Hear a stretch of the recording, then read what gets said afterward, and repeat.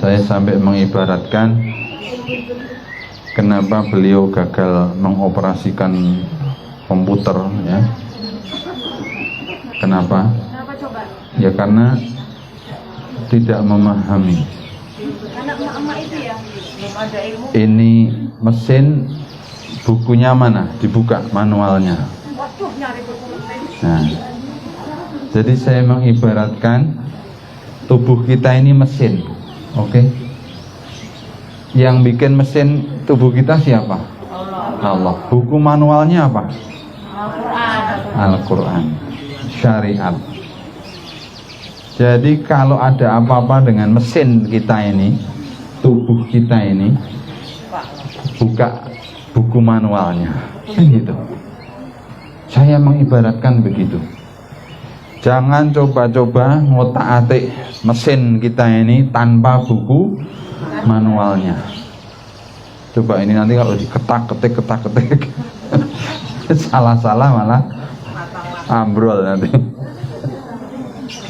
Oke? Enggak apa-apa, kalau saya enggak apa-apa wes. Gitu nggih. Pun. Mari kita mulai. Ya, tadi di slide sudah sempat nampak siapa yang menyuruhmu sholat. Pertanyaan itu gampang dijawab. Siapa? Allah. Jawabannya gampang. Ning cak-cakane. Cak-cakane ki apa?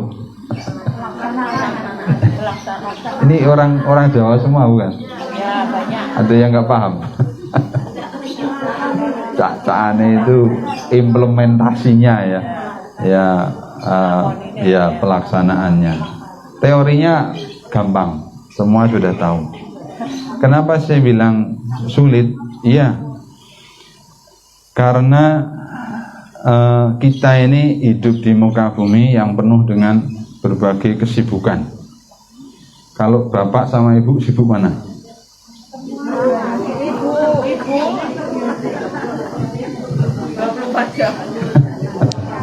Iya, kalau ibu gampang mengeluh, nanti bapak jawabnya gampang. Tak goleki kanca apa piye. Langsung. Wah, ya dah. Makanya jangan gampang mengeluh, oke? Insyaallah. Nah. Sampai di zaman Nabi pun lihat surah Al-Jumu'ah. Ya. Itu sampai jadi asbabun nuzulnya surah Al-Jumu'ah itu kalau cara kene ana ledek, tahu ledek. Saya itu orang Jawa, jadinya kalau ngomong pasti pakai Jawa. Jadi Nabi itu sedang ceramah begini terus ono ledek ini loh. Cara kene. Jadi ya pentas musik jalanan kira-kira gitu. Loh, orang-orang itu kan pada berhamburan. Itu para sahabat loh. Pada berhamburan lihat itu. Iya, Nabi kan sedih. Ya Allah, kok segitunya gitu. Ya, tapi ketika para sahabat ditanya, kenapa kok kalian begitu? Ya, kalau Nabi kan tiap hari kami ketemu. Kalau ledek kan jarang-jarang. Kok zaman dulu itu ya ada kayak gitu ya. Masya Allah. Makanya ayatnya kemudian فَإِذَا قُضِيَتِ الصَّلَاةُ فَانْتَشِرُوا فِي الْأَرْضِ وَابْتَغُوا مِنْ فَضْلِ اللَّهِ وَاذْكُرُوا اللَّهَ كَثِيرًا لَعَلَّكُمْ تُفْلِحُونَ. Nanti dibuka surah Al-Jumu'ah. Ya. Surat Jumu'ah itu cuma 11 ayat, Mbok, ya dibaca semua ya. Itu di ayat 10, 11, 12 11 ya. Itu di ayat 11 ya. Gitu ya. Jadi oh ya Allah, ternyata di zaman Nabi pun begitu. Ono ledek gitu. Ya, jadi hidup kita ini penuh kesibukan ya. Maka ketika menjalankan perintah itu begitu beratnya. Ibu-ibu ada yang warungan. Buka warung ada. Ya. Oh nggak ada ya. Katanya sibuk, tuh sibuk ngapain? Ini loh jam segini bisa di sini. Nah, jadi terbayang kan kalau sedang temawon, alah temawon menahi. Temawon tahu ya? Enggak tahu. Bukan. Ini tahu temawon jadi. Iya, dari kata tawon, artinya tawon kan bung bung bung bung. Buka warung, banyak yang beli itu loh. Iya, laris. Wah, itu temawon. Jadi seperti tawon kan gitu. Iya. Itu namanya temawon. Jogja, Jawa memang. Ada yang orang Sunda? Hah? Ada yang Sunda? Ya. Betapa riweuh, riweuh tahu. Dalam kondisi begitu, betul? Nah, tiba-tiba azan. Allahu Akbar, Allahu Akbar. Kira-kira nih. Kira-kira maaf ibu-ibu, saya mau tutup dulu, mau ke masjid. Kira-kira gitu apa? Apa nanggung tadi itu? Coba, ini yang saya bilang. Teorinya itu gampang. Siapa yang merintah sholat? Kalau Allah manggil, datang apa entar-entar? Tuh kan, susah. Pelaksanaannya itu susah. Teorinya itu gampang, tapi pelaksanaannya susah. Nah, ibu-ibu yang sudah pernah ziarah ke tanah suci di Mekah, Madinah, misalnya ini Masjidil Haram atau Masjid Nabawi, begitu azan toko-toko itu langsung tutup, jegrek, enggak peduli apapun, jegrek. Ya syabab, Hamad, ukhruj, Hamad, masjid, sholat, langsung begitu. Jadi udah langsung diusir aja, nggak ada peduli apapun, langsung tutup, jegrek. Mana yang baru lihat-lihat barang, mana yang keluar, tutup. Waduh, kalau di sini bisa begitu, wih. Saya minggu lalu saya ada muktamar Ikatan Dokter Indonesia di Aceh. Minggu lalu baru pulang hari Jumat kemarin. Yang di sekitar masjid Baitur Rahman, Masjid Raya itu seperti itu. Jadi begitu adzan itu sama itu, jegrek. Waduh, masya Allah. Makanya dinamai Serambi Mekah. Ya betul, Serambi Mekah. Nah, cuma waktu itu ada, kalau ibu ada yang dari sana atau sudah pernah ke sana, di Ule Kareng ya, ada kopi solong ya. Mana yang dari Aceh? Suami saya ada. Oh ya, jadi Ule Kareng ada kopi solong yang paling terkenal itu ya. Itu kami itu sedang di sana, tiba-tiba pintu ditutup, jegrek, ngelongok, semua tutup. Tapi kita itu keluar masuknya dari pintu belakang. Jadi, oh ya, ini untuk musafir katanya. Oh, bagus juga. Jadi, masya Allah. Jadi intinya betapa sholat itu harus menjadi perhatian kita. Oke? Alhamdulillah saya jadi dokter. Jadi saya punya keringanan. Nah, gimana saya sedang operasi, seret, khususnya di luar ada azan, tak tinggal ngono.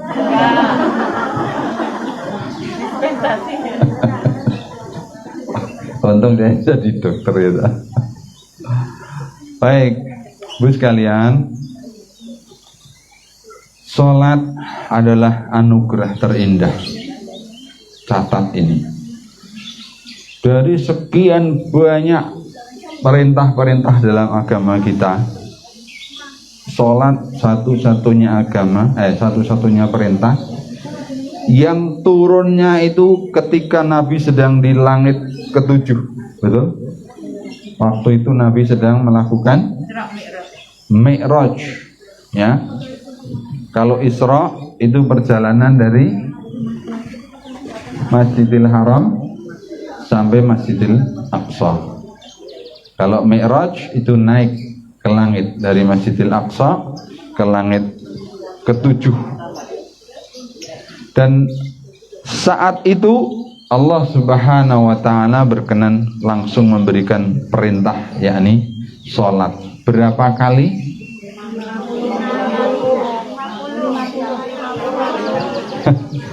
Awal perintahnya itu berapa? 50. Masya Allah. Kemudian Nabi turun dan ketemulah Nabiullah Ibrahim, Nabiullah Adam. Mintalah keringanan, kasihan. Diberi keringanan sama Allah menjadi 45. Kemudian ketemu Nabiullah Ibrahim, mintalah keringanan. Rasulullah naik lagi, diberi keringanan jadi 40. Kemudian ketemu Nabi Musa, mintalah keringanan. Ya, akhirnya Allah memberi keringanan jadi 5 waktu. Nabi Musa pun masih nyegat, umatmu itu susah. Terus Nabi Muhammad mengatakan, saya malu ya meminta keringanan. Dari 50 sudah tinggal menjadi 5. Akhirnya itulah perintah sholat 5 waktu untuk kita sampai hari ini dan sampai akhir zaman. Tetapi janji Allah, janji Rasulullah, ya, barang siapa yang menjalankan sholat 5 waktu yang wajib itu dengan baik, ya, maka dipersilahkan untuk masuk surga, ya, dari arah pintu mana yang dia suka. Masya Allah, ya, sampai diumpamakan. Makanya saya tadi kenapa langsung lihat sungai, karena saya dengar gemerciknya air. Subhanallah. Saya ingat ada hadis yang bunyinya, seandainya di depan rumah kamu itu ada sungai, ya, yang mengalir deras, airnya jernih, baunya harum, dan kamu mandi sehari bisa 5 kali, kira-kira sempat ada enggak debu nempel di tubuh? Enggak sempat ada. Maka kata Nabi, wa kadzalika shalawatul khamsi yamhullahu bihinna al khataya. Demikianlah sholat yang 5 itu digariskan, diperintahkan untuk kalian agar kalian itu bersih dari dosa-dosa. Nah, maka ibu sekalian, lagi-lagi sebagai dokter saya meyakinkan, mari kita perbaiki sholat kita. Mari kita jadikan sholat itu prioritas nomor 1. Kenapa? Lagi-lagi Nabi menegaskan, awalu ma yuhasabu bihil abdu yaumal qiyamati. Ayo, kok enggak muncul? Saya ulang.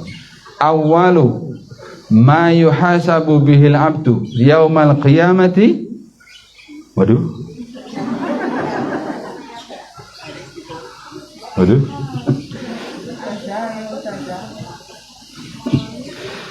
Ya, kita harus saling menjaga. Terus? Nggak nyaut juga. Alhamdulillah, dua-duanya nggak nyaut. Berarti tak pikir kalau lagu nyaut gitu loh. Tapi kalau ikatan cinta nggak tahu ya. Sarangeo. Nggak tahu juga. Alhamdulillah, senang saya. Ya sudahlah. Alhamdulillah. Saya kira kalau ayat nggak nyaut, hadis nggak nyaut, terus lagu nyaut, aduh sedih saya. Nah, bapak, ibu-ibu, bapak itu di rumah sering memberi perintah kepada ibu-ibu, istri-istrinya. Mohon maaf ya, pernah nggak bapak menanyakan, udah sholat belum gitu?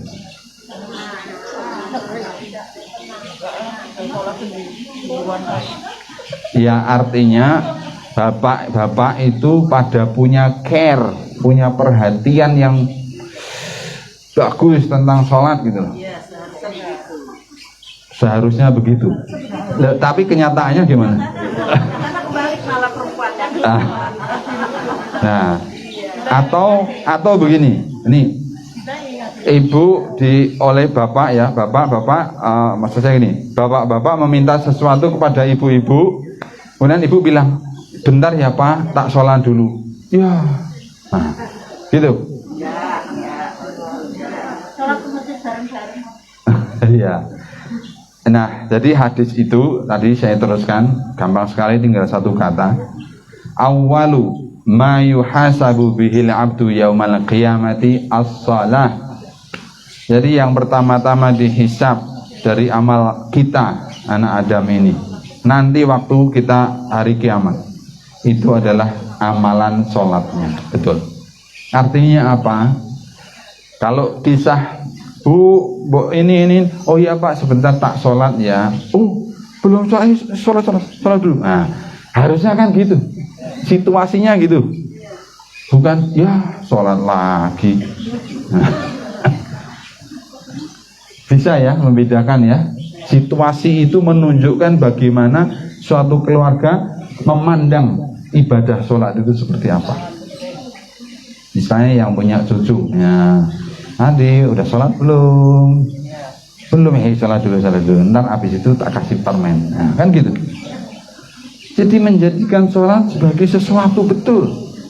Ya, mau pergi bareng-bareng. Ini jam berapa ini? Kita mau ke Semarang. Bu, nanti kira-kira duhur pas di mana ya? Oh, itu omongannya. Udahlah kita nanti pas di Soto Seger Boyolali itu.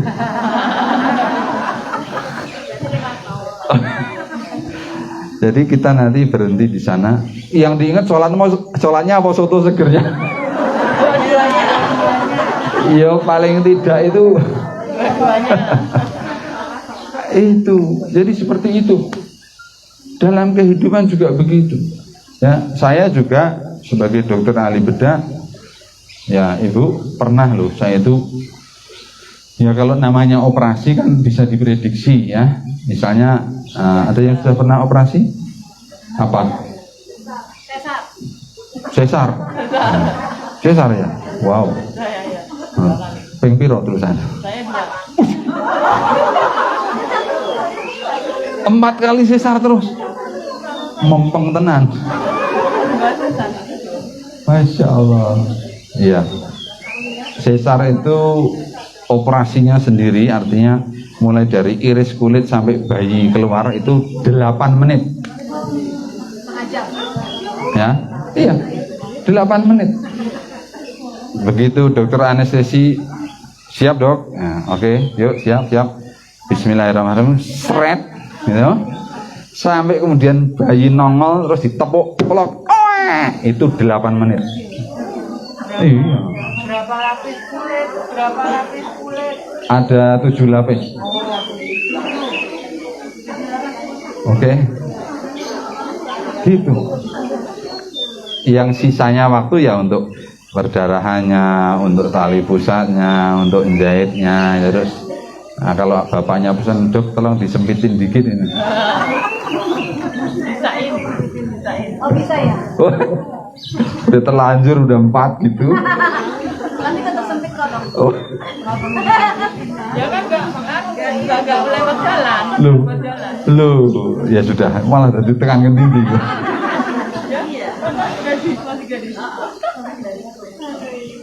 Ya, jadi itu. Tapi ketika operasi-operasi besar, operasi panjang, saya pernah paling panjang operasi itu 9 jam. Itu yang dipikir itu gimana sholat saya, gitu loh. Nah, waktu itu pasien dari Kebumen ya. Kebumen mana sih? Sana tuh?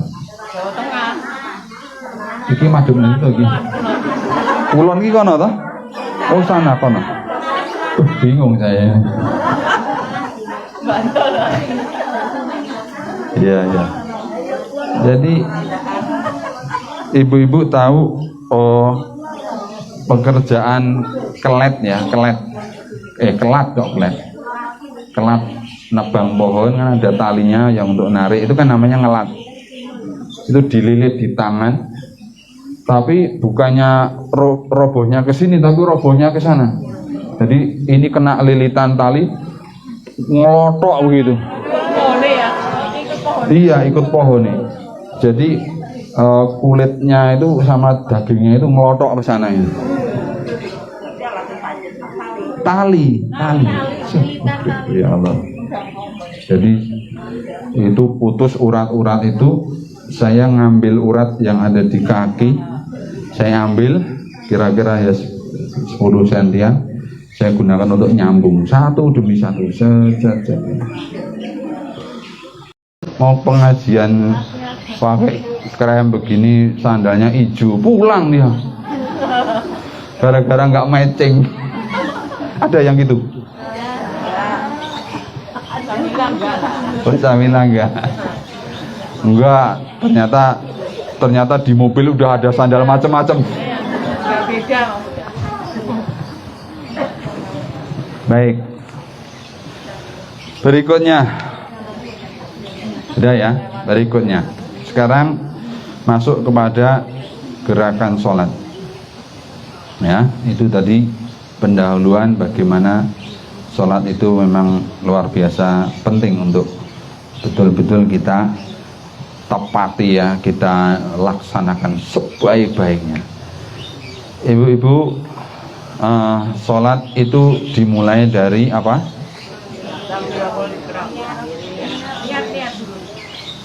Dimulai dari apa? Dimulai dari apa?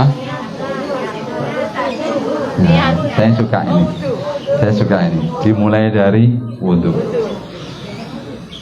Saya mengingatkan betapa banyak orang yang tidak menyadari kekeliruannya, bahwa ternyata miftahus sholah, ini hadis ya, at-tuhur, kunci pembukanya sholat itu adalah suci.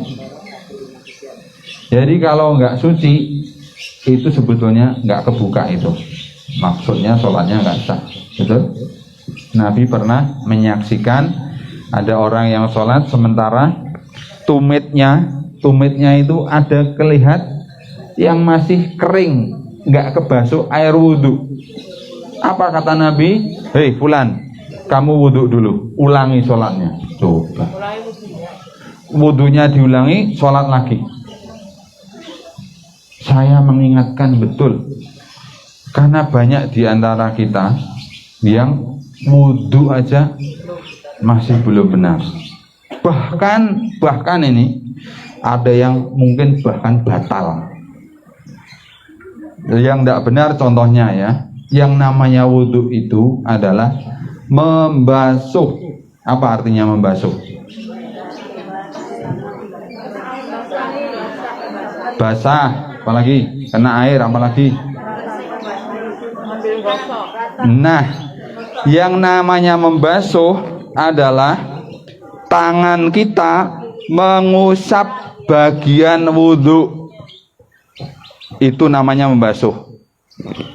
Tapi betapa banyaknya kita saksikan ini kerannya gerojok, terus tangannya begini, sor.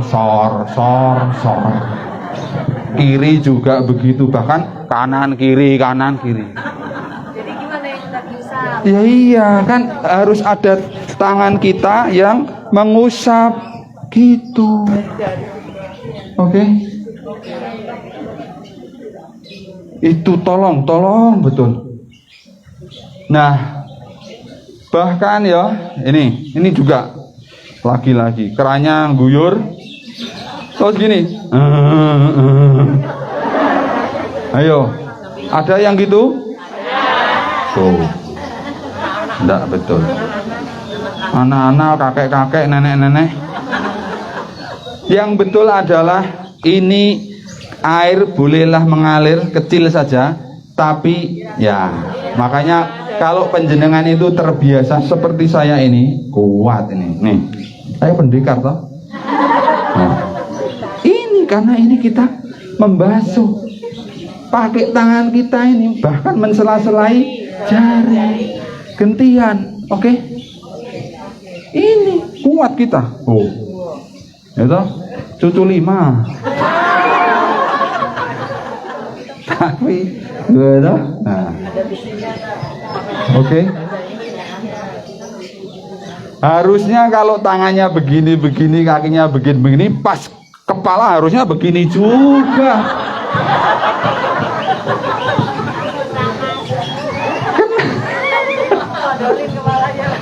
Kenapa giliran kepala dia mau begini? Ayo, nah, jadi jangan bilang yang penting basah. Nek yang penting basah ambyur wae. Celup rampung ya toh. Oke. Yang saya bilang batal tadi gegara begitu wudhu selesai telepon berbunyi. Siapa ini? Halo, sambil gini ya. Nah, oh ya, habis ini aku mau sholat terus ke situ ya, tunggu ya.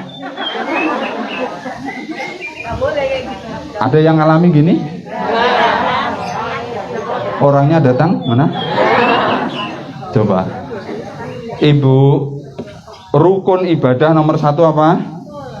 Nomor 1? Enggak, rukun ibadah nomor 1 niat. Terakhir tertib. Apa arti tertib? Berurutan. Yang kedua, tidak boleh diselai perbuatan lain. Itu namanya tertib. Lah ini tadi loh. Lu sama. Nggak boleh. Oke. Selesaiin dulu sampai selesai ini tadi. Selesai baru teleponnya diangkat. Gitu. Oke. Batal kalau rukun yang tertib itu nggak ada, batal wudunya. Kalau bapak-bapak godaannya macam-macam. Di saku ada uang koin 1.000 rupiah. Jatuhnya masuk air. Kan sayang toh, ngambil dulu. Ah nanti 1.000 lumayan ya. Ambil batal. Oke. Ya kalau bener mau ngambil yo.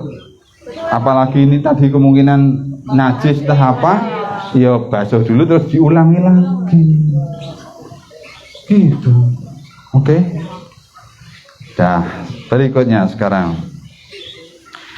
Jadi itu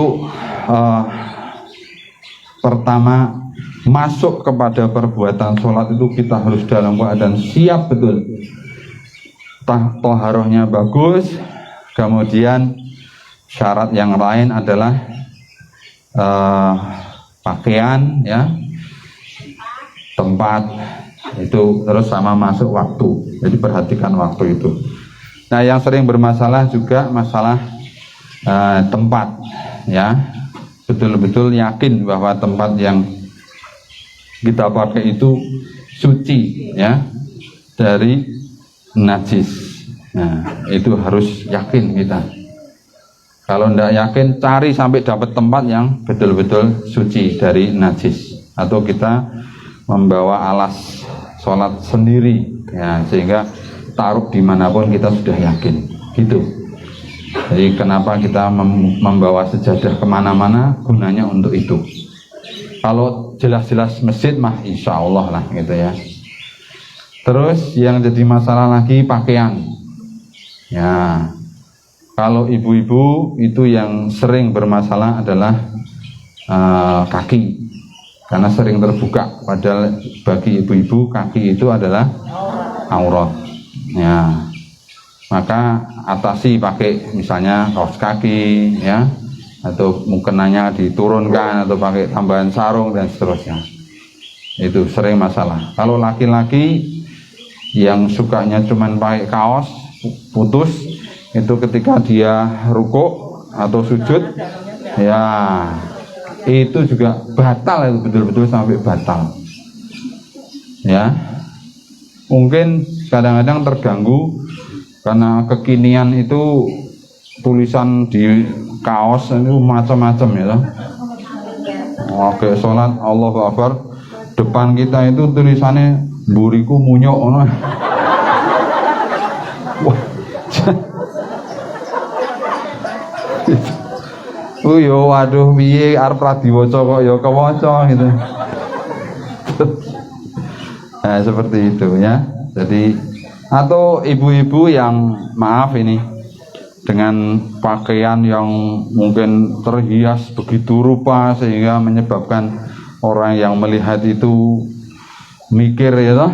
Wah, dan mikir itu macam-macam. Mikir itu ya ada yang positif, ada yang aduh masya Allah ya bisa beli pakaian yang bagus begini, itu mikir.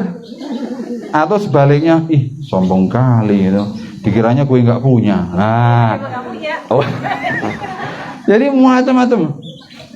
Ada yang wah, gue ingat nih dulu waktu beli ini gue ditipu. Jadi ingatnya jadi macam-macam.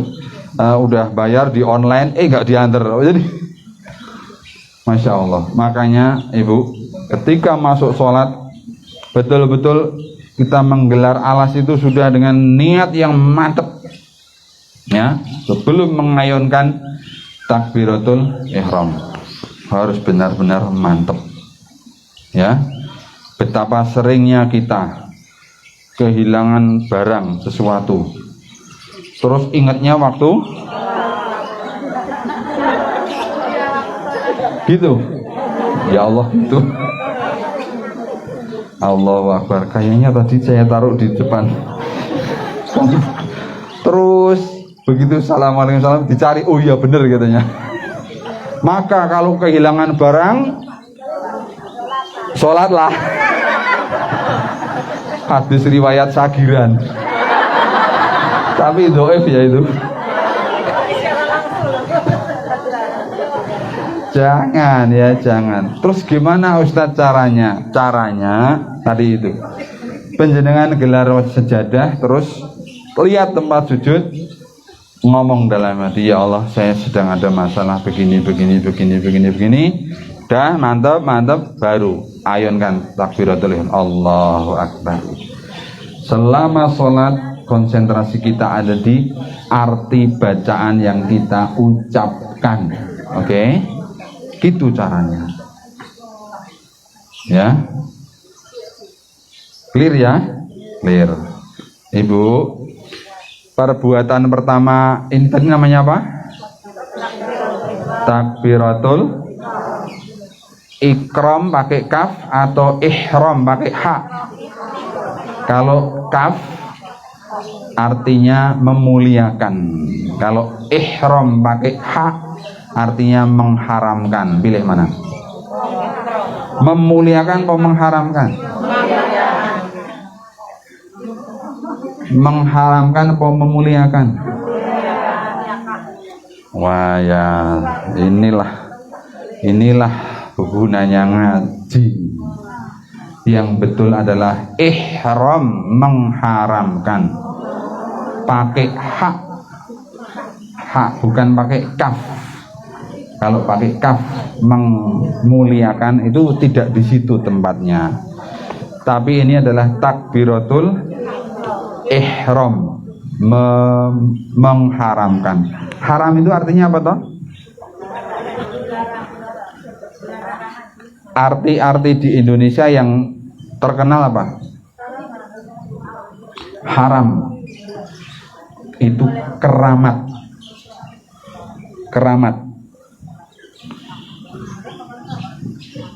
Ya kan?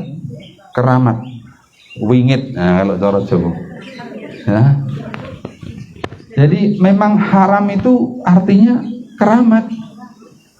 Jadi Masjidil Haram itu masjid yang dikeramatkan. Masuk Masjidil Haram itu kayak halal, kayak haram, bukan itu. Haram itu artinya keramat. Kita ketika mengayunkan takbiratul ihram itu artinya kita sedang memproklamirkan diri. Hai orang-orang yang ada di sekitar sini, lihat saya sedang mengharamkan diri, mengkeramatkan diri. Tubuh ini mulai saat ini haram melakukan kegiatan yang lain karena sedang sholat. Sampai kapan? salam kanan dan salam kiri. Gitu. Paham ya? Makanya betul-betul orang yang sedang sholat, di depannya mau ada yang lewat, boleh memberi tanda begini. Artinya apa? Saya sedang sholat, ini keramat ini. Nggak boleh orang melewati depan orang sholat. Ning gandeng radong, disampluk, atau malah salaman. Radong kok. Salaman. Terus nek dhek salaman piye? Ya guyu ngene iki. Ya batal. Ya sudah di salaman ya wis nang wae terus kita melanjutkan. Dia mau lewat ya biar, berarti dia enggak paham. Nah, gimana enggak paham kok? Oke. Rasa apa nih? Rasa dibalas. Lah. Iya. Iya. Ada anak kecil yang lari gitu, anak kecil kan nggak ngerti. Iya. Anak kecil itu lari di depannya, dia yang sholat begitu tadi. Iya. Sampai anaknya itu nangis. Iya. Soalnya anak kecil gitu. Iya. Seperti itu batal ya. Iya sudah, pokoknya kita cuma disuruh sekali isyarat. Kalau nggak paham ya sudah. Kalau anak kecil nggak kena hukum. Iya makanya. Ya boleh dia sekali begitu. Tapi kalau sampai ya. Jadi setelah ininya anak kecil. Loh, apalagi sampai nangis yo, aduh. Ya. Di sampingnya tuh dia begini. Yo berarti niat ngantem gue. Lah iya, aduh ya Allah. Oke ya, gitu ya. Itulah sholat takbiratul ihram. Baru sholat ya, ada tamu. Assalamualaikum. Terus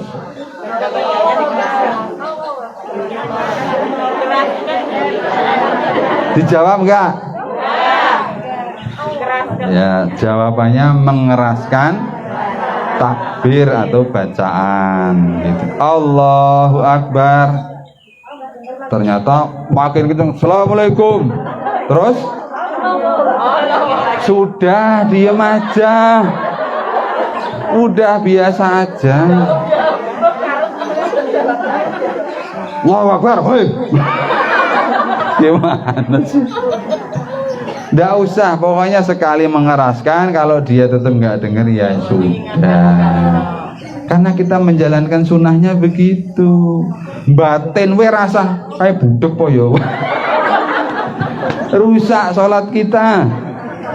Oke? Oke ya, clear ya.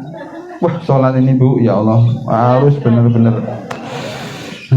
Dan itu nggak seperti orang sekolah sampai waktunya ujian lulus dapat ijazah selesai, enggak. Sholat itu dinamika setiap hari, betul nggak?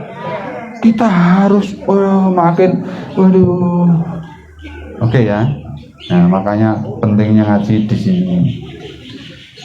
Terus jadi takbiratul ihram itu Masya Allah ya.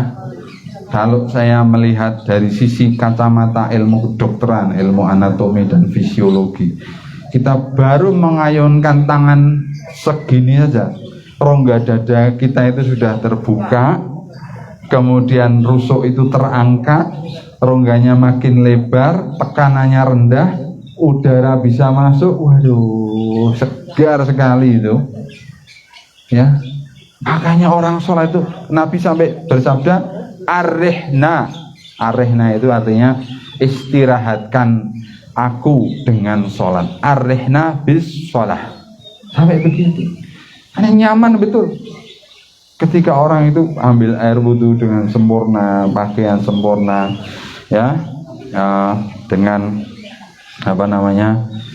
tempat yang bagus, yang nyaman, sholat, aduh, itu nikmat sekali.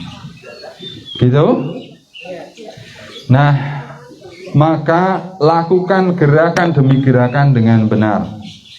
Ya, ini saya suka mencermati kalau di masjid-masjid, terutama bapak-bapak, mohon maaf ya, ini bukan aurat kok, ya, ini kan bukan aurat toh, tapi saya mengamati ada bapak-bapak yang buru-buru masuk ke soft, Terus begini. Allahu Akbar. Ini sah nggak sholatnya? Sah nggak ini?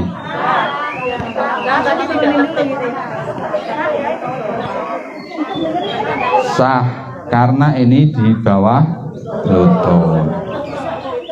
Masalahnya adalah ketika ruku Allahu Akbar terus benake ya. Ini yang bikin gak sah. Gandeng iki sesak banget. Imam wis sami Allah, rong rampung. Rong rampung terus ngene iki ya. Jadi sholatnya sah nggak? Tolong. Oke. Slide lanjut. Terus sampai takbiratul ihram terus. Terus yes. Ya. Udah nggak apa-apa.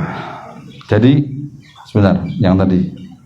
Ibu, berdirinya kita dengan berdiri yang bagus itu betul-betul membuat rangka kita itu tegak.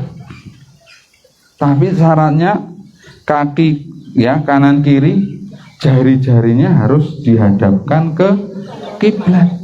Gitu loh. Ini namanya berdiri tegak. Tidak boleh nyimpang-nyimpang. Jangan nyimpang, apalagi koyok tentara siap. Bukan, orang sholat bukan begini berdiri, tapi kayak pendekar yang kuda-kuda. Oh, keren toh? Iya. Kenapa? Sama wanita. Wanita jarak kakinya lebar apa? Jarak kakinya harus selebar bahu. Supaya ini loh, kita dengan tetangga kita bisa mepet. Karena memang syaratnya yang bagus itu adalah mepet, baik bahu maupun kaki. Oke. Lagi-lagi saya katakan harus paham satu jamaah dengan yang lain. Nek yang satu paham, yang satu enggak, repot kayak tadi. Contoh nih, yang satu paham, pengennya rapat ke sana, akhirnya begini terus. Nah.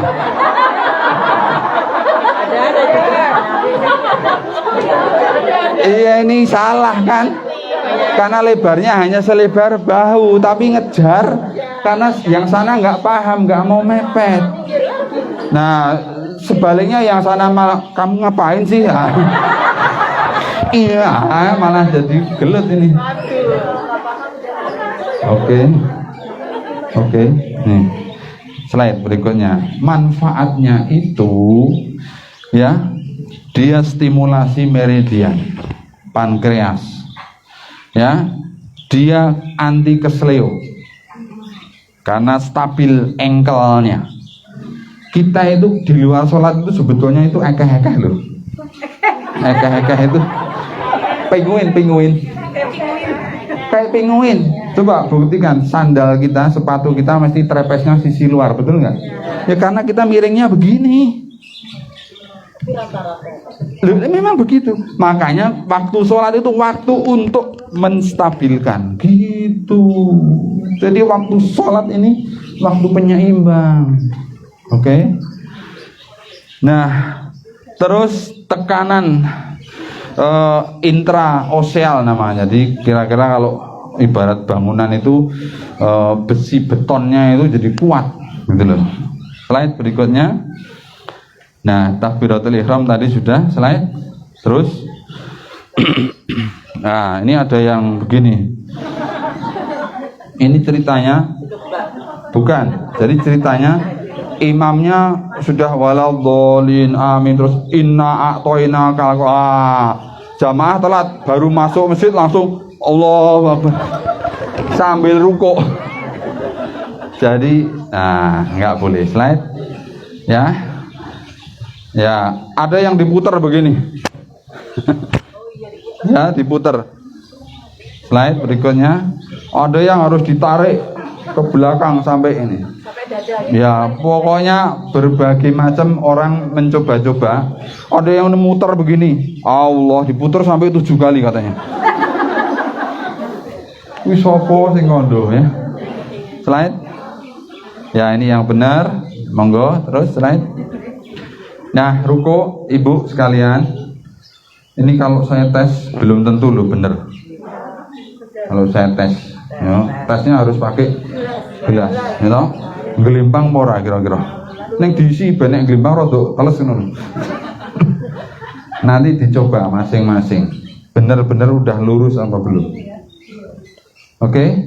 Nah, harus lurus. Karena apa? Tulang belakang kita ini sangat bagus posturnya ketika kita memperbaiki sholat. Ya, di sini yang saya sebut gangguan prostat. Tapi saya jamin 100% ibu-ibu nggak bakal kena prostat. Loh, prostat itu untuk ibu-ibu. Iya, prostatnya yang begitu. Oh iya, prostatnya begitu. Penyakitnya enggak. Ada yang telat mikir.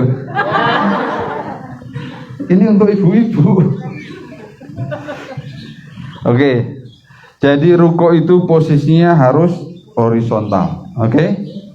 Bagaimana kok posisi horizontal ini penting? Anti kompresi, anti jepit saraf. Slide. Lihat titik-titik penting sepanjang punggung itu begitu banyaknya. Dengan lurus dan betul-betul ditaruh itu, wah, stimulasinya bisa efektif. Gitu loh. Slide lagi. Jadi Pak, sebentar, naik balik. Jadi seumur-umur ini tulang belakang kita itu saling tumpang tindih gitu loh ceritanya. Makanya ada saraf kejepit. Seandainya manusia itu sering menggelantung koyo apa mau? Itu jadi nggak saraf kejepit. Iya, kakak saya dokter hewan, urung tahu entuk munyuk saraf kejepit. Namanya bergantungan. Oh, jadi kalau orang sakit saraf kejepit gelantungan. Iya. Ya tapi mosok gelantung gitu loh. Rukuklah yang benar. Slide berikutnya. Jadi kalau enggak nanti bisa bungkuk gitu loh. Slide. Ketika muda masih tegak, begitu sudah berumur, apalagi nenek-nenek, maaf ya, karena menopause itu sudah alami. Duduknya harus tegak berarti. Iya, dia melengkung. Coba, karena ada pengeroposan di tulang belakang itu sudah alami. Nah, oke, udah bungkuk. Kalau jalan sambil gedek-gedek, nah, mau. Kalau kita kan oke. Ya, slide. Nah, begini, saya kasih resep bahwa rukuk yang bagus bisa menjadi anti bungkuk. Caranya gimana? Lurus. Slide, dik. Dia akan meregang. Terus meregang karena sholatnya tumakninah diperlama, ya. Diperlama, dia betul-betul bisa. Nah, meregang bahkan melengkungnya itu melengkung ke bawah. Oke. Nah, kalau melengkung ke bawah terus dia bangun, wah, kan gagah. Oke. Oh. Gitu. Bukan begini tadi. Oke. Iya. Ya.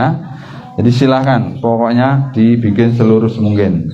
Nanti di rumah saling nyoba dengan bapaknya, dengan anak-anak boleh juga, silahkan. Slide. Ya, ada yang nekuk banget, tapi ada yang Allahu Akbar, isik tengel-tengel ini gitu. Torak boyo meneh. Lah wong iki ngobati boyoke. Lu ayo dicoba, disanggakan betul di lutut, terus ini ditaruh betul. Coba lihat, ya, lurus, ditaruh lurus. Tangannya ditaruh di lutut gitu ya? Tangannya di lutut, ini menyangga bahu. Jadi bisa ini melengkungnya itu lama-lama begini. Nyaman sekali itu. Oke. Mosok Allahu Akbar. Semene iki tok iki lho. Udah gitu dia iktidal sami Allah iki ya mengene iki sami Allah liman hamidah. Ora kok balik ngono iki ora ning tetep ngene iki. Lah apa? Soale langsung arep sujud jane. Wis sedak ngirit. Ora ya kono saat kok ngirit kaya minyak goreng wae. Ayo. Mangga. Itu ya. Selanjutnya silakan. Ya, jadi ini yang tadi saya contohkan. Slide, pokoknya harus sempurna. Sujud itu hampir sama dengan rukuk manfaatnya. Ya, untuk tulang belakang. Tapi juga sujud itu ini yang paling wow adalah otak yang berada di bawah jantung. Slide. Nah, Bapak, Ibu yang punya permasalahan dengan keturunan. Tadi saya bilang semoga sudah punya anak semua, ternyata malah cucu. Tapi barangkali yang ada problema keturunan, ayo perbaiki sholatnya, rukuknya, sujudnya. Ya mudah-mudahan ya Allah kasih jalannya gitu ya. Baik. Jadi sujud saya usulkan menjadi gerakan anti stroke karena otak yang berada di bawah jantung tadi bisa berlatih elastisitas pembuluhnya gitu loh. Jadi kalau elastis kan nggak gampang pecah karena pembuluh darah di otak kalau udah pecah itulah namanya sakit seteyok.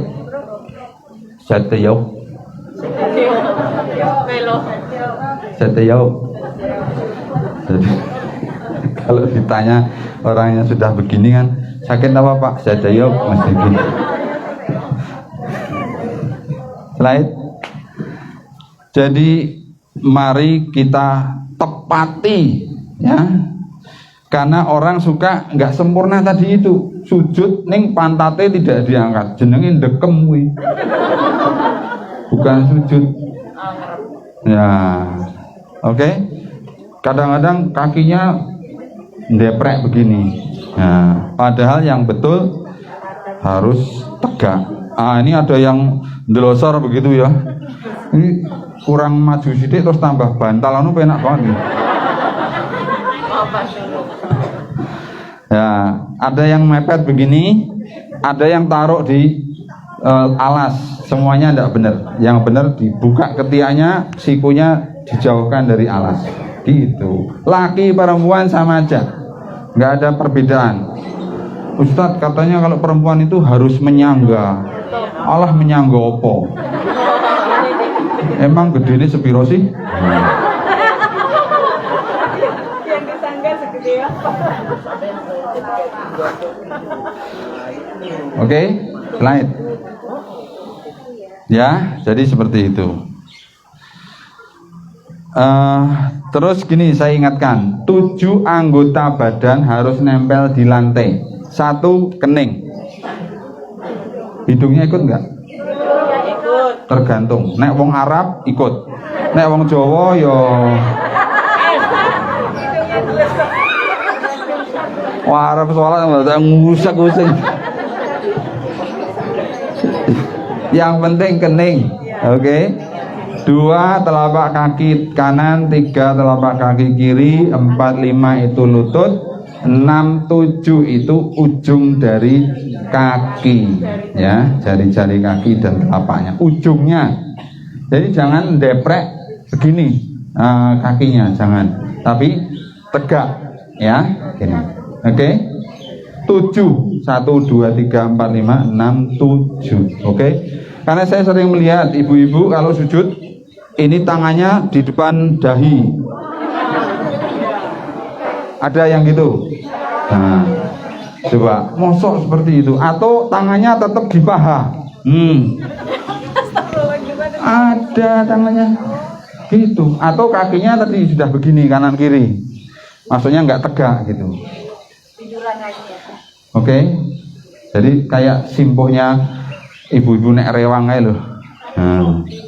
Bukan tegak, padahal kan harusnya telapak kaki tegak. Gitu ya. Ustadz mau nanya gimana Yang betul itu Allahu Akbar lutut dulu baru tangan, atau Allahu Akbar tangan dulu baru lutut. Yang benar yang mana? Lutut dulu. Gini, nenek-nenek, halo. Halo nenek. Hai. Kalau merasa masih kuat, silahkan lutut dulu. Prek, oke, baru tangan. Tapi kalau kira-kira lo kejongor, itu tangan dulu saja, baru lutut, oke? Yang satu hadis Ahmad, yang satu hadis Tirmidzi, semuanya benar. Yang salah itu bathuk dulu. Ning nek arep nyoba tak tunggu nang UGD. Siap saya. Gitu aja kok repot. Oke, slide. Nah, iktidal tadi sudah saya terangkan, lanjut aja. Duduk. Duduk itu namanya iftirash dan tawaruk. Slide. Ya. Pokoknya telapak kaki tegak. Yang kanan, sementara yang kiri kalau iftirosh itu diduduki oleh pantat. Kalau tawaruk, ini iftirosh. Kalau tawaruk itu masuk, udah paham semua. Yang salah biasanya yang ini, ya. Ada yang begini, ada yang begini. Ya. Coba usahakan seperti itu. Enak kok nanti lama-lama ya. Usahakan seperti itu. Terus nggak usah mengleng-mengleng, oh pokok mengleng mana? Nggak usah. Lah yo ngapain? Timbangannya sudah nggak itu, sudah nggak tegar, sengaja Ustaz. Pokoknya diusahakan supaya sempurna, oke?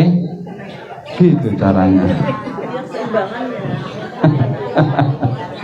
Dicoba, disempurnakan. Slide. Jadi seperti ini iftirash, seperti ini tawaruk ya.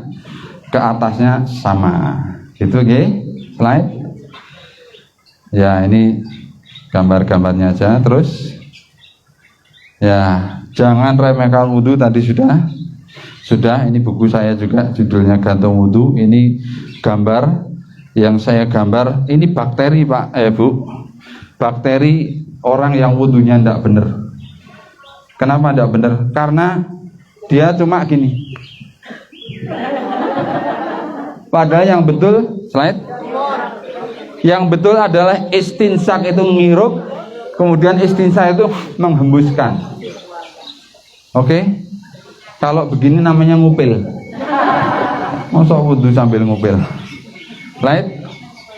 Nah, ini buku saya, Mujizat Gerakan Salat. Insya Allah kita lakukan dengan sebaik-baiknya, sudah otomatis itu menjaga kesehatan kita. Slide.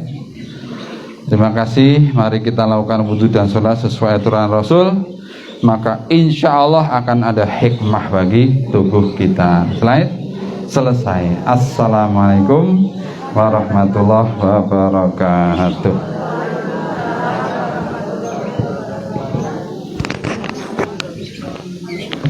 Kita buka sesi tanya jawab ya Ibu ya.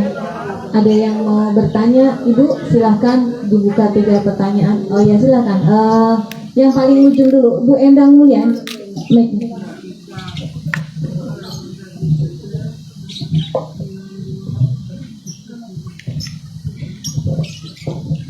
Assalamualaikum warahmatullahi wabarakatuh. Ustadz, saya mau menanyakan, bagaimana menurut Ustadz tentang pendapat bahwa ketika kita sujud itu mukena tidak boleh kena ini muka, ada yang tidak boleh, ada yang membolehkan. Itu satu yang mau saya tanyakan kepada Ustaz. Kemudian tentang wudhu itu kita kan tidak boleh berbicara apapun.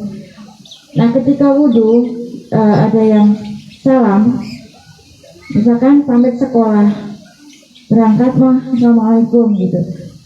Kita tetap nunggu sampai selesai baru kita jawab. Kadang-kadang itu ada yang kita kasih kode begini pada wudhu, tapi nggak jawab. Itu bagaimana menurut dokter, menurut Ustadz, ya dokter juga ya. Ya, itu saja. Matur suwun. Assalamualaikum warahmatullahi wabarakatuh. Supaya nggak lupa langsung saya jawab ya. Bismillah. Tadi yang saya bilang bahwa 7 anggota badan harus nempel ke alas sholat. Alas sholat. Maka kalau terhalang oleh mukena atau apa, masker, kalau masker nggak apa-apa untuk tujuan kesehatan, nggak apa-apa ya. Iya, nggak apa-apa. Atau mungkin tas ya, atau tadi itu malah diganjal pakai tangan, kan ada yang diganjal tangan gitu. Nah, atau mungkin ibu pernah ke Raudhah ya, arep rukuk untuk gegeri tanggone ya, sholatnya nggak sempurna, nggak sah gitu loh. Atau malah mlebu sarunge mlebu ruku yang ngarepe ya toh. Nah, jadi nggak sempurna. Pokoknya mari kita sempurnakan. Alas kita apa? Alas kita lantai ya lantai, alas kita tikar ya tikar, alas kita sejadah ya sejadah, gitu ya. Itu itu nomor 1. Yang kedua, tetap yang namanya tertib tadi masuk rukun itu harus ditepati. Ibu tinggal pilih, apalagi itu anaknya. Mama pamit ya, assalamualaikum. Ya, oh ya, waalaikumsalam. Nggak apa-apa, bagus kan? Tapi wudhunya diulang dari awal. Gitu aja kok. Nah, gitu ya. Tapi kalau anaknya atau keluarganya juga udah paham ilmu kayak gini-gini, nggak jawab, mungkin dia paham, oh mama baru wudhu, nanti mesti dia yang nunggu, kan gitu, mau paham kok. Inilah masalahnya kalau semuanya paham, betul nggak? Tapi kalau salah paham, yang satu salah, yang satu paham, ya dah, jadi repot itu. Nah, selesai. Oh ya, waalaikumsalam, hati-hati ya. Sini, dan seterusnya. Gitu, alhamdulillah. Monggo, yang lain.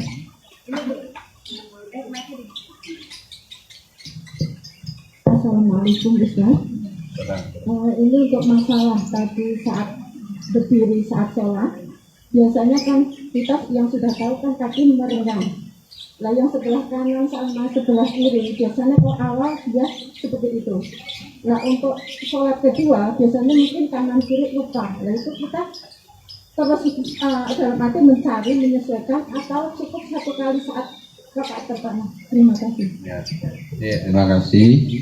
Ibu, tugas kita adalah untuk diri kita, oke? Jadi kalau kita sudah berdiri sesuai dengan tuntunannya, yakni kakinya mengangkang selebar bahu kita, sudah cukup, oke?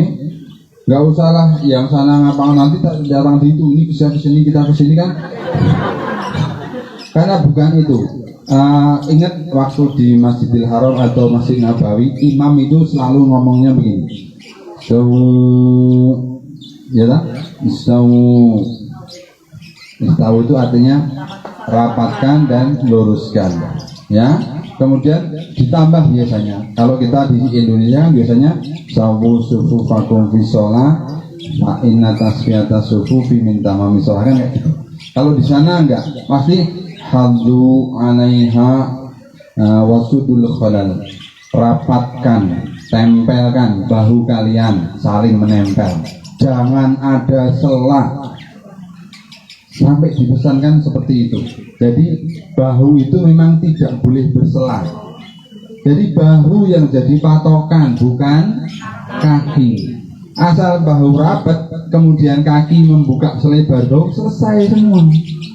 Gitu loh. Kalau hilangnya itu sampai satu orang itu maksudnya gimana?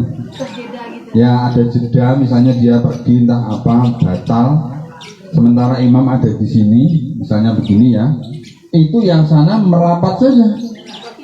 Iya, merapat ke arah imam.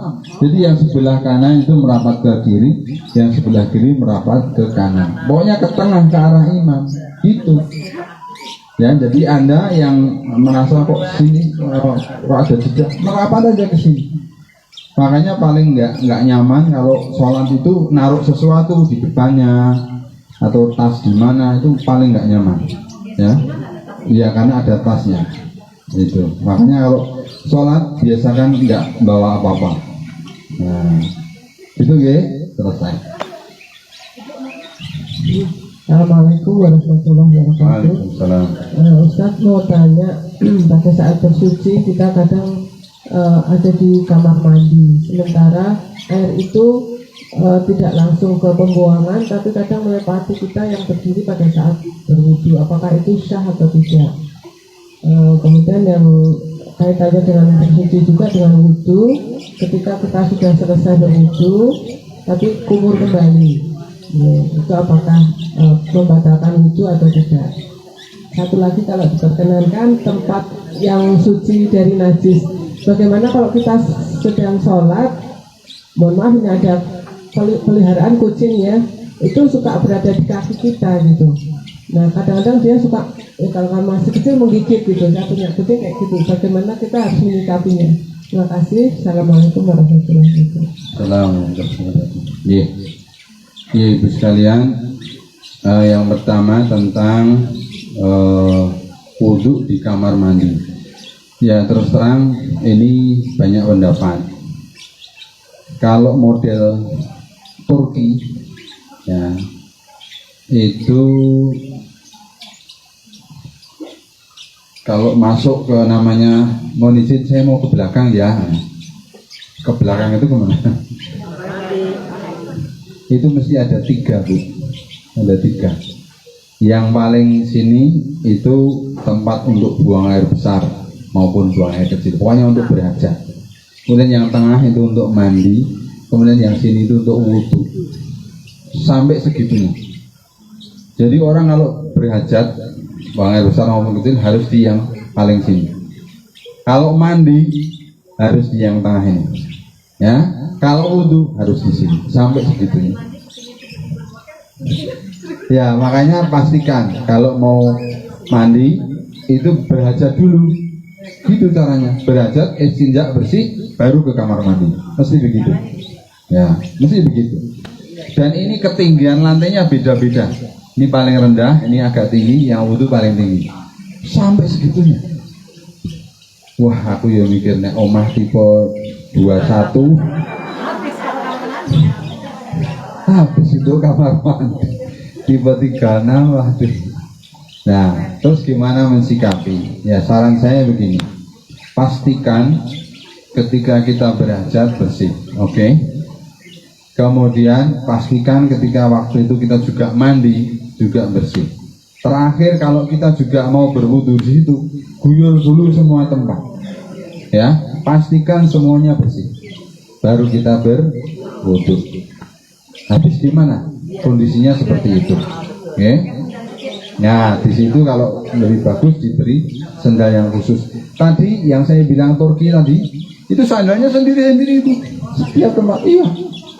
Jadi mau masuk ke kamar mandi, sandal dari luar ditaruh di luar, masuk di situ sudah pakai sendiri, masuk di masing kamarnya itu juga sendiri-sendiri.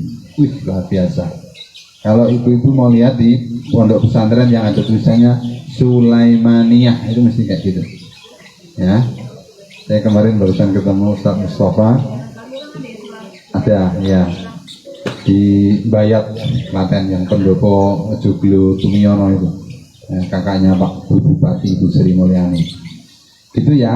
Terus yang kedua, pokoknya perbuatan berwudu itu mulai dari niat, kemudian membasuh sampai terakhir tertib, selesai, ya sudah selesai sah.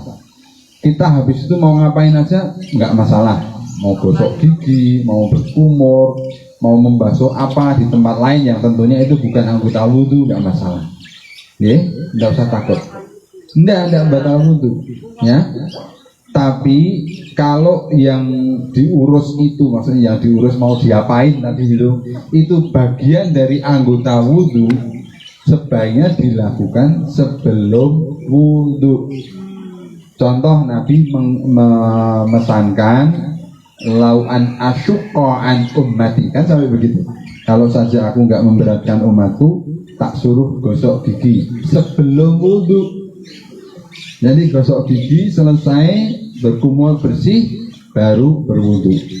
Tapi hati-hati. Nah ini suka terjadi juga. Tadi rukun yang terakhir apa namanya?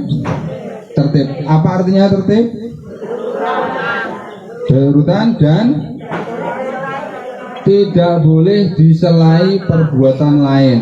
Terjadilah ibu gosok gigi, pasta giginya baru, makanya banyak-banyak terus wudhu sambil membasuh pasta giginya tadi, itu nggak boleh karena kumurnya sambil membasuh pasta gigi loh. Bahkan nanti juga berkumur, iya, tapi niat kumur kamu sambil membasuh pasta gigi. Jadi gosok giginya selesaiin dulu, selesai baru wudhu. Gitu ya. Ya. Habis makan selilitan, tahu selilitan? Selilitan. Ya jangan sambil wudhu sambil buang selilit, jangan. Kalau jelas merasa ada selilit, ya dibersihkan dulu pakai entah berkumur saja atau syukur sama gosok gigi, selesai baru mulai wudhu gitu. Oke? Juga misalnya di sini ada entah kotoran apa ya, mungkin ini tidak bukan najis maksudnya, mungkin cuma kena debu atau kotor, atau mungkin kalau ibu-ibu ada kosmetik apa ya, bersihkan dulu baru mulai wudhu. Gitu oke? Terus yang ketiga tadi, Ibu tahu yang namanya Abu Hurairah itu siapa? Sahabat Nabi yang paling banyak meriwayatkan hadis. Abu Hurairah itu artinya kucing kecil, kemana-mana dia bopong kucing.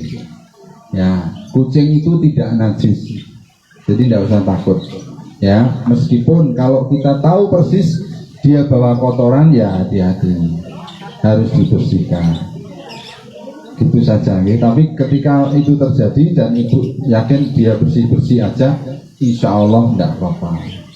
Nonton, ya, tidak usah ragu-ragu, karena kucing itu tidak najis. Abu Hurairah itu disebut Abu Hurairah karena kemana-mana dia gendong kucing. Abu Hurairah. Iya. Terakhir ya, saya ada operasi ini jam 10. Sekarang jam berapa? Astagfirullahaladzim. Izin ya, saya izin ya. Gak kerasa. Ada operasi saya di PKO kota. Sudah ya. Ya Allah, kok gak kerasa ya? Gitu G. Mohon maaf. Berarti saya terus. Sudah satu mulai.